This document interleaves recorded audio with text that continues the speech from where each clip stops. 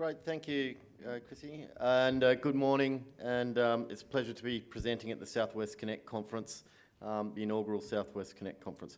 ROX is a gold explorer and aspirational developer with with two main projects in Western Australia. The You and Me Gold Project, which sits just to the south of Sandstone in the Murchison district of Western Australia, and the Mount Fisher Gold Project, which is out to the east of Wiluna. So You and Me is more advanced than the Mount Fisher project, and I'll mainly be discussing that in this presentation. And you can see here an aerial shot of the You and Me main pit and all those green bags and piles on the ground there where we've been drilling recently.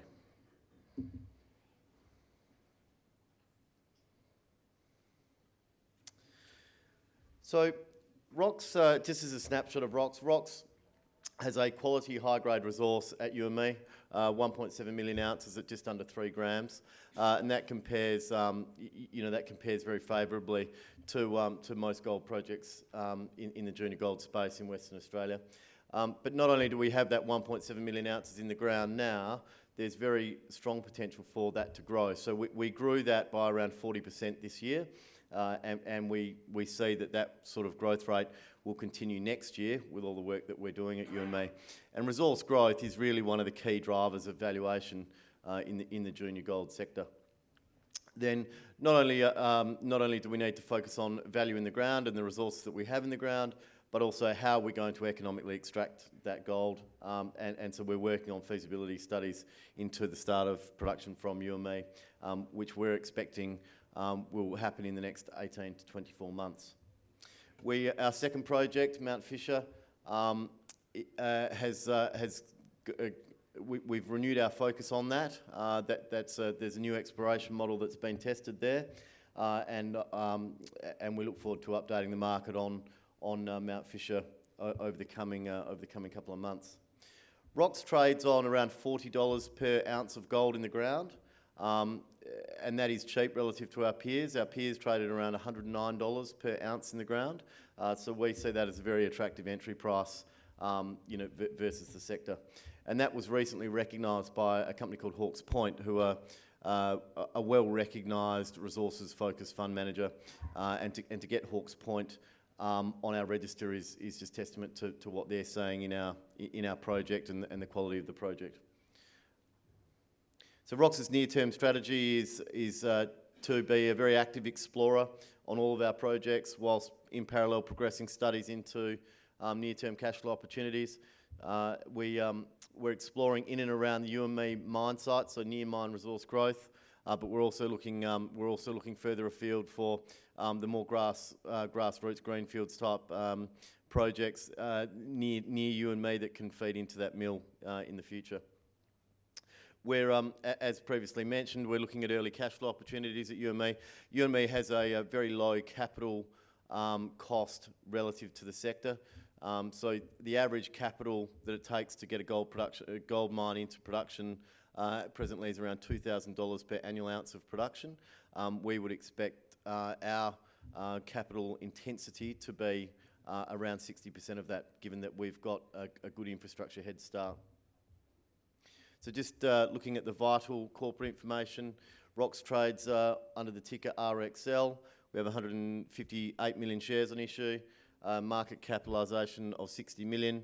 We're well funded with almost $11 million in the bank. We have, as mentioned, a strong supporting institutional shareholder in Hawke's Point, and we're working on building our institutional component of our register. The board of ROX is made up of Stephen Dennis, myself and John Mayer, and we've recently built out the management team reflecting the advanced nature of our asset base. So Matt Antill, our General Manager of Operations, Chris Hunt, our CFO, and Gregor Bennett, our Exploration Manager. And all of these gents have demonstrable success in the sector and have been involved in successful projects in the past. So just checking in on where ROX sits in terms of its peers and in terms of valuations. So this chart is enterprise value per attributable resource ounce. and these are peer companies that are at a similar stage of development to us. So, they're in Western Australia, or they're in the same sort of part of the pipeline in terms of delivering their project. They're in feasibility study stage and that sort of thing. So very much relevant comparables. And you can see there that Rox trades on $40 per ounce versus an average of $109 per ounce. Our resource grade, sitting just under 3 grams per tonne, which is indicative of the quality of the ounces in the ground. So just turning to you and me in a bit more detail. So these two maps, the central map is a simplified geology map of the Yilgarn Craton, one of the key geological units in Western Australia. And the you and me greenstone belt sits right in the middle of that, to the south of Sandstone and to the east of Geraldton. The image on the right is an aeromagnetic image, so that's zoomed in on the you and me greenstone belt, and that image picks out the high iron rocks, and we use that to delineate structures that are important hosts for gold.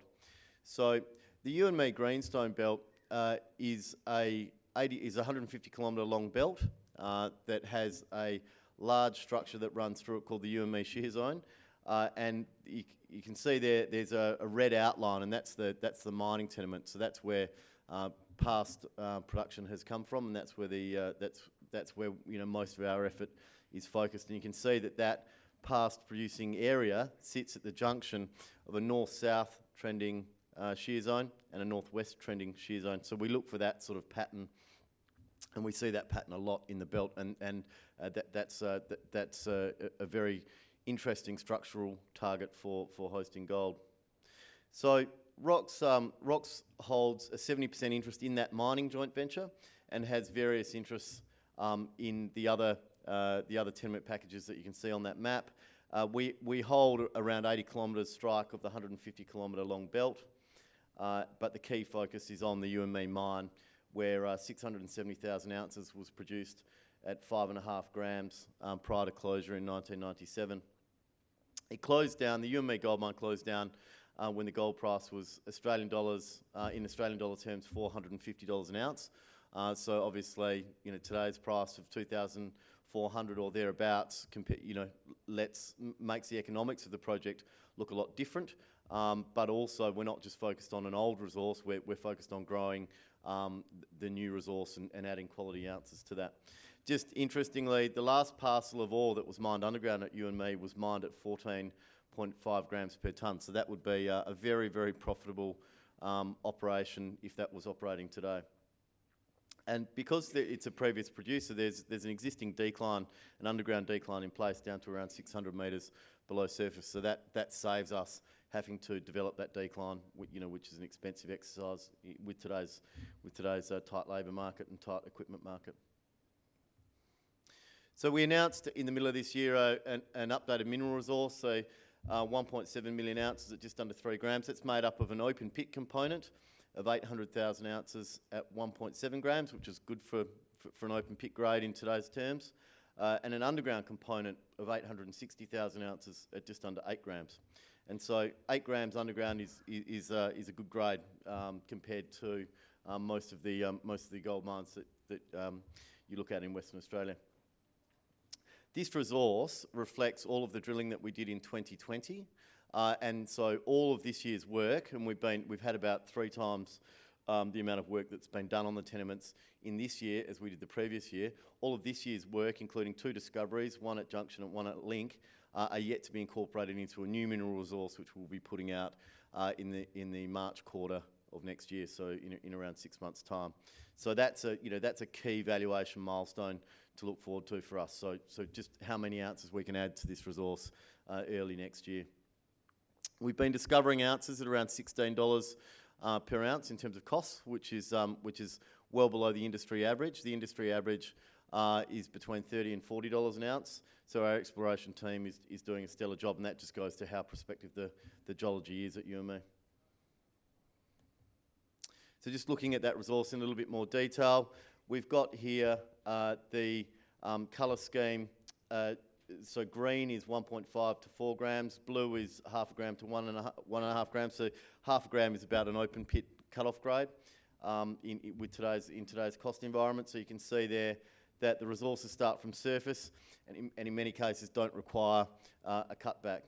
There's also an opportunity for a high-grade starter pit at Grace, which is on the southern end or the right-hand side of that image, and then followed by an underground mine chasing that high-grade orange and red material further below the open pit resource.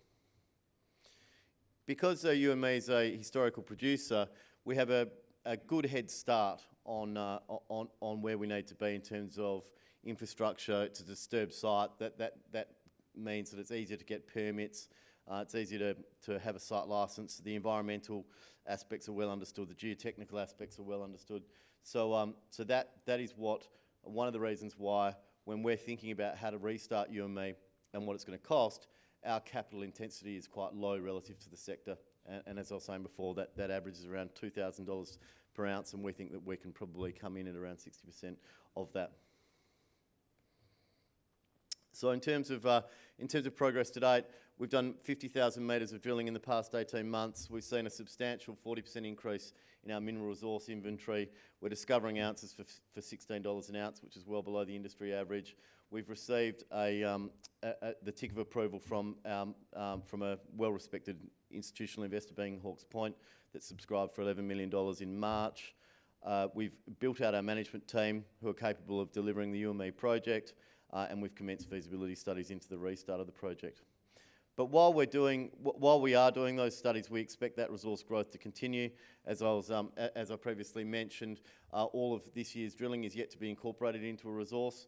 And just to give you an idea of the sort of drill results we're getting that will be incorporated into a resource, I've put some of the highlights up on the screen. They might be a bit small to see at the back of the room. So we're seeing intersections like 7 metres at 15 grams, 6.8 metres at 12 grams, all in extension position, so outside of the existing resource, but nearby decline and nearby open pits, so easily to get to and easily convertible into a reserve.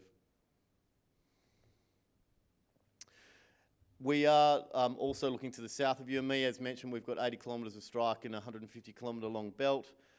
We've just completed a 424 air core hole program for 22,000 metres.